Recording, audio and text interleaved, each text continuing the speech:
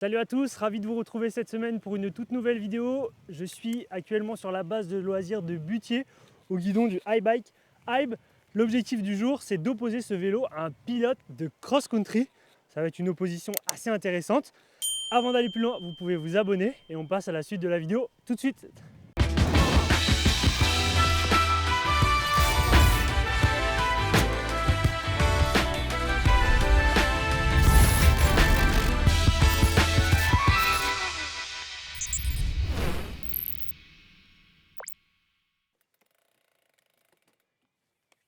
Antoine, qu'est-ce que tu fais là? Ah, j'ai un peu de mécanique, hein. T'as T'as peur de l'opposition qui arrive? Bon, non, faut jamais avoir peur, hein. Jamais. Antoine, tu peux te présenter pour les gens qui regardent, nos abonnés qui ne te connaissent pas? Ouais, avec grand plaisir. Bah, moi, c'est Antoine Orchamps, donc pilote de cross-country éliminator et cross-country olympique. Ouais. Et aussi, je fais partie du team Lapierre Mavic Unity en tant que mécano et responsable du service course. Donc, depuis cette année. Donc, je voyage beaucoup et pas mal de boulot en termes de mécanique. Tu peux nous parler un peu de ta carrière de sportif de haut niveau, on peut le dire, hein. Tu as quand même participé à des courses partout autour de la Terre. Alors, raconte-nous un peu ton parcours. Ouais, bah, depuis 2018, moi, je suis coureur en élite, donc avec les professionnels, mais sans être professionnel. Donc, voilà, en 2018, j'ai réussi à faire 2 podiums internationaux, donc un au Portugal et un en Hongrie. Donc voilà, et puis après, j'ai participé à pas mal de coupes du monde aussi en cross-country olympique, Ouais, notamment avec des certains Mathieu Van Der Poel, Tom ouais, Pidcock, Maxime incroyable, Parrot, etc., etc. incroyable. Donc voilà, donc j'ai pu faire la Bresse en France, j'ai fait léger aussi en France, et ma dernière coupe du monde, ça a été Au au Brésil, Brésil, à Petropolis. incroyable. Là, c'était incroyable. Raconte-nous, ça doit être un souvenir fou, quoi. Ah, vous vous rendez compte, vous prenez un départ avec des professionnels, et là, vous n'êtes pas professionnel, vous avez le maillot de l'équipe de France. Donc déjà, les gens, ils sont subjugués, un maillot écrit France partout, Ouais. et les personnes ne vous connaissent pas du tout, et ils vous prennent vraiment pour une star. Je suis sorti de la ligne d'arrivée et là, les gens, ils te prennent en photo, ils te demandent des autographes, mais tu as envie de leur dire: «Mais je suis pas Mathieu Van Der Poel quoi les gars, je suis juste un coureur national, voilà, qui a un petit niveau international». Mais Ouais, non, les gens, ils sont vraiment fans du vélo. Tous ceux qui font du vélo au Brésil, ils sont impressionnés par le niveau ouais. qu'on a, même si on n'a pas non plus un niveau, pro, mais ils adorent le vélo, quoi. Il kiffe cette discipline. Tout à fait. Et maintenant, tu l'as dit au début, cette année, tu t'occupes aussi de la mécanique au sein du team Lapierre Mavic United. Tu peux me parler un peu plus précisément de ce rôle? Oui. Alors moi en fait, donc au team, donc je suis rentré cette année donc au team Lapierre Mavic Unity. Avant en fait, l'année dernière, j'étais déjà dans ce team-là qui s'appelait d'une autre appellation et en Mhm. fait l'année dernière, j'étais assistant on va Ok, dire, donc j'assistais un peu tout, la mécanique, tout ce qui est kiné et cetera. Et maintenant donc je suis mécano, donc on est 2 mécanos dans le team, donc 6 coureurs, 3 coureurs chacun. Donc moi j'ai notamment Thomas Sicher, le champion de Suisse de short track, ouais. et Eric Ekstad, l'ancien champion de Norvège, et Isormed, une française. Donc tu as du Donc boulot ouais, et tu bosses sur ces vélos, donc le Lapierre exactement. XR. Est-ce que tu peux nous en parler un petit peu, le décrire ce vélo? Ouais. Alors moi, c'est un Lapierre XRM, du coup, en 75 ans. XRM, ouais, ok, XRM, ouais, tout à fait, celui-là. Donc celui-là, il est en 120 mm ok, à l'avant et en 110 à l'arrière. ok. Donc roue 29 pouces, Hein, classique maintenant en cross-country, j'ai envie de ouais, te ouais, dire. ouais. Prise de selle télescopique, donc celle-là, c'est une 100 mm de débattement. On Ok. peut choisir en cross-country le débattement qu'on veut. Mhm. Donc voilà, après une cassette à l'arrière, donc c'est une Garbaruc en 10-52. Ok. Donc maintenant, les développements sont assez gros. Quand on voit les circuits, la technicité. Au niveau du plateau, ça donne quoi? Je vois également que tu as une pièce un peu spéciale dessus. Qu'est-ce que Ouais, c'est? alors le pédalier, moi actuellement, donc c'est un FSA KFX Ok, avec dessus, j'ai monté un capteur de puissance. ok. Donc en cross-country, on utilise beaucoup cette petite partie-là, donc ça permet de récolter des données de watts. Mhm. Donc c'est très important pour les entraînements. Après en course, on n'a pas vraiment le temps de le regarder, mais c'est toujours important de voir à la course si on était bien ou pas bien, combien de watts on a développé ou autre. En parlant de puissance, moi aujourd'hui je suis au guidon du iBike Hybe, qui est donc le nouveau VTT de la marque iBike. Dessus j'ai un moteur Bosch CX Performance qui développe 85 Nm de couple et j'ai une batterie de 750 Wh qu'à mon avis sur un tour de circuit j'aurai assez de réserve pour te suivre. Enfin, en tout cas j'espère. Tu m'as dit que tu avais des roues en 29, moi j'ai des roues en mulette, 27,5 à l'arrière et 29 à l'avant avec des pneus bien plus large parce que je suis en 2,6 Ouais. à l'arrière, donc j'ai beaucoup plus de crampons, et en 2,5 à l'avant. Au niveau du débattement, je suis en 170 devant, donc quand même de quoi encaisser, et 160 à l'arrière, avec cette roue en 27,5, comme je te l'ai dit, en mulet. Donc là, vraiment, je pense que sur un parcours engagé, j'ai pas de souci à me faire, hein. C'est sûr, après, moi j'ai juste un petit point à te poser, c'est quel poids il fait ton vélo? Ah, bonne question. Alors là, je suis sur un triangle avant en carbone, mais le triangle arrière est en alu. Je pense qu'on est aux alentours des 25 kg. Je te retourne la question avec cette bête de course là. J'imagine que tu es en dessous des 20, hein.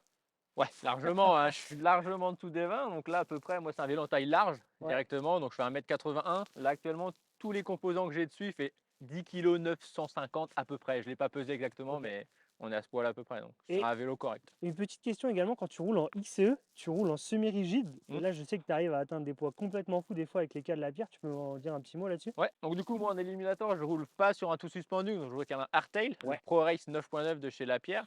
Donc avec toutes les parties que j'arrive à mettre dessus, tous les éléments, donc j'ai déjà réussi à descendre à 7,9 kg sur un vélo. Donc bien sûr, j'ai pas de porte-bidon, j'ai une tige de selle rigide, j'ai toutes les pièces en carbone.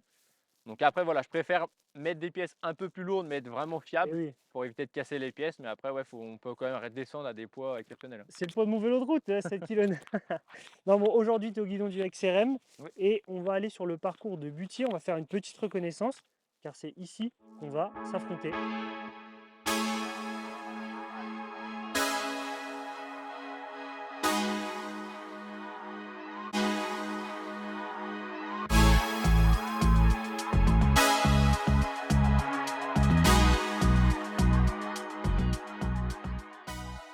Hop, hop, hop, mais qu'est-ce que c'est que ce truc là? C'est du trial ou Et non, du c'est un circuit cross-country olympique. Et oui, donc oui. il y a des vraies difficultés, Ouais. notamment celle-ci qui est le fameux ascenseur, Alors, c'est bien Il ça? y en a qui l'appellent l'ascenseur, il y en a qui l'appellent la baleine. Pourquoi la Donc, baleine? Ça fait une petite botte. Après, l'ascenseur aussi, parce que tu montes d'un étage. Parce Ok. que là, il y a à peu près 1,45 m, 1,50 m. Putain, quand même. Donc, on me passe ça sur le circuit de Butier. Ouais, donc là on est sur un vrai parcours de cross-country olympique de très haut niveau. Tout à fait. Est-ce que tu peux me donner quelques chiffres? Qu'est-ce que ça donne en kilométrage, en dénivelé Ouais. positif? Alors là, moi, le circuit, donc, je l'organise avec mon club. Donc, Mhm. directement, on a fait une course UCI. Donc, 2020, 2021, elle n'a pas eu lieu et 2022. Mhm. Donc, voilà. Et après, 2023, bien évidemment. Et en fait, du coup, c'est un circuit qui fait 5 km Ok. pour 140 mètres de dénivelé. Après, ici, il n'y a pas énormément de dénivelé, mais il y a quand même beaucoup de parties techniques comme celle-là. Donc, c'est un circuit très particulier, donc il y a beaucoup de sable. Ouais. Donc, ce qui est bien, c'est un circuit qu'on peut rouler vraiment l'hiver, donc le vélo va pas être très sale, on va dire. Donc, c'est vraiment un circuit très physique et très technique. Très énergivore pour ceux qui ont l'habitude de rouler dans le sable. Et Tout en à fait. plus de ça, toutes ces parties techniques, ça crame vraiment. Mais c'est pas un hasard parce que c'est aussi un site de préparation olympique. Donc l'année prochaine, certaines nations vont pouvoir s'entraîner ici en vue des JO. Il y a aussi Exactement. des athlètes, je crois, en 2020 très très importants qui étaient venus courir ici, notamment PFP ou Tito Carode qui était venu rouler ici en 2020 sur une de vos courses. Exactement, donc 2020, donc une année particulière comme tout le monde le sait. Donc nous, on a eu la chance de pouvoir organiser une Ouais. course UCI. Donc on a eu beaucoup de soucis avec le préfet, etc., qui sont venus voir comment ça se passait. Et du coup, vu que les coureurs professionnels étaient en manque de points UCI, donc pour le ranking mondial, Ouais. du coup, on a eu beaucoup de professionnels, notamment Pauline Ferrand-Prévot, Loana Lecomte, Jordan Ouais. Sarrou, Victor Coretti, etc. Et juste la semaine d'après, donc Jordan Sarrou est devenu champion du monde et Pauline Ferrand-Prévot aussi. On peut dire que c'est grâce à Butier finalement. Je sais pas si c'est grâce à Butier, mais c'est une bonne préparation, on va dire. Et aujourd'hui, il y a des points ici à la clé ou il n'y en a pas? Non, aujourd'hui, on va dire, il y a la fierté, soit tu me bats ou soit je te bats, je ne sais pas. Bon, bah, on n'a plus qu'à aller sur la ligne de départ maintenant On y va, et voir qui est le plus rapide. parti. Allez, feu, on y va. Bam! Allez, 3, 2, 1, partez!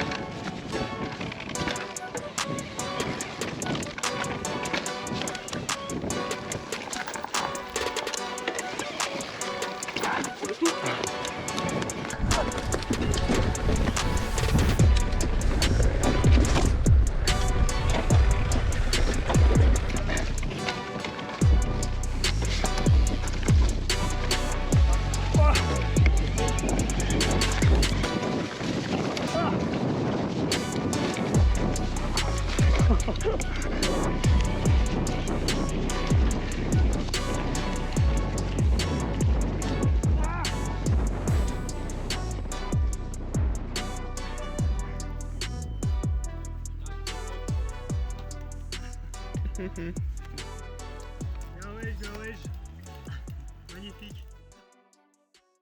Bon Antoine, sacrée course hein. Sacrée course, bien éprouvante. Hein. Ouais, bah, plus pour toi je pense. Tu t'es Ouais. mis vachement dans le cardio à mon avis pour monsieur. Obligé, hein, face à un vélo comme ça, on est obligé vraiment. Oh putain, bah, il va encore rouler. Et non mais pour débriefer un peu le parcours, c'est vrai qu'au début c'était extrêmement roulant. Donc on a vu au start, tu as tout de suite pris un boulevard. Franchement, tu m'as mis presque 100 mètres. Et après la suite, il y avait quand même ces 2 premières montées techniques où j'ai réussi à reprendre un peu de terrain. Il n'y avait pas encore à te dépasser. Après par contre, quand ça a commencé à monter un peu plus, là c'était un petit peu plus dur pour toi.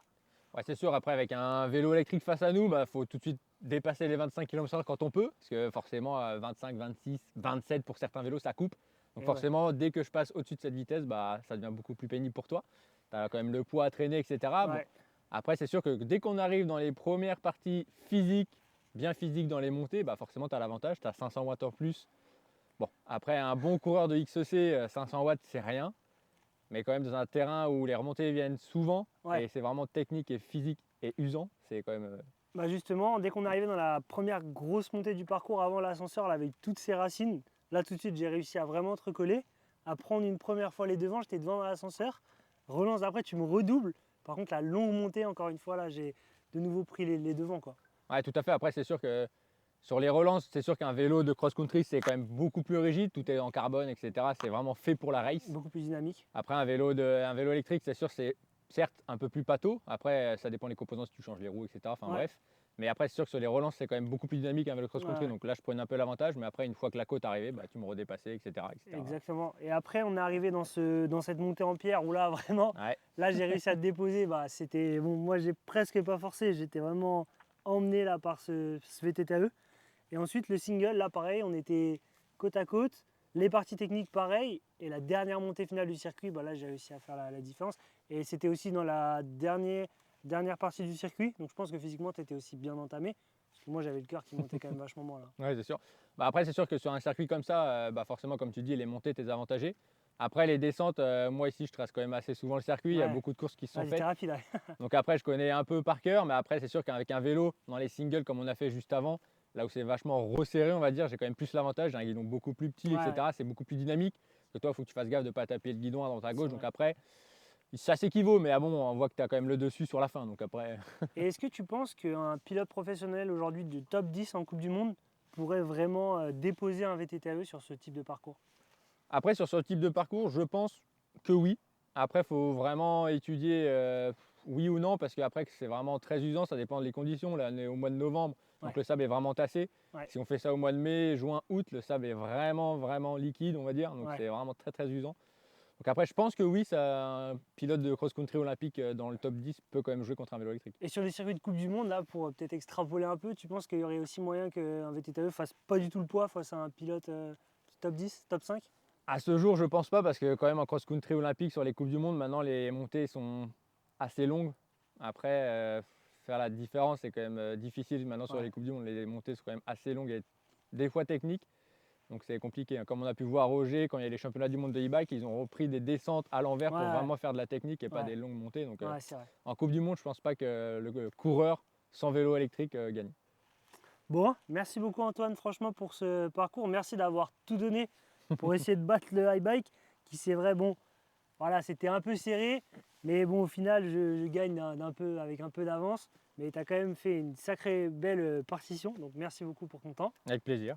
À bientôt, j'espère, pour une À nouvelle bientôt. vidéo. Et puis après, moi, ce que je te propose, c'est que tu reviennes ici sur Butier, Ouais, que moi aussi j'ai un vélo électrique et on s'affronte vraiment en conditions réelles. je suis tout à fait À chaud. armes égales. Franchement, dites-nous dans les commentaires, parce qu'en plus, il y a le nouveau GLP3 qui vient de sortir, c'est bien ça. Exactement. Ouais. Franchement, ça vaudrait le coup de faire un match Hype contre GLP3. Avec grand plaisir. Donc dites-nous dans les commentaires si vous avez envie de voir un match GLP3 versus Hype. Moi, il me reste à vous souhaiter une bonne semaine et n'hésitez pas à vous abonner, à suivre Antoine sur ses réseaux, qui est aussi très actif, et à souhaiter une bonne saison pour l'année prochaine. Merci beaucoup. Puis à bientôt. A plus, ciao Salut. ciao.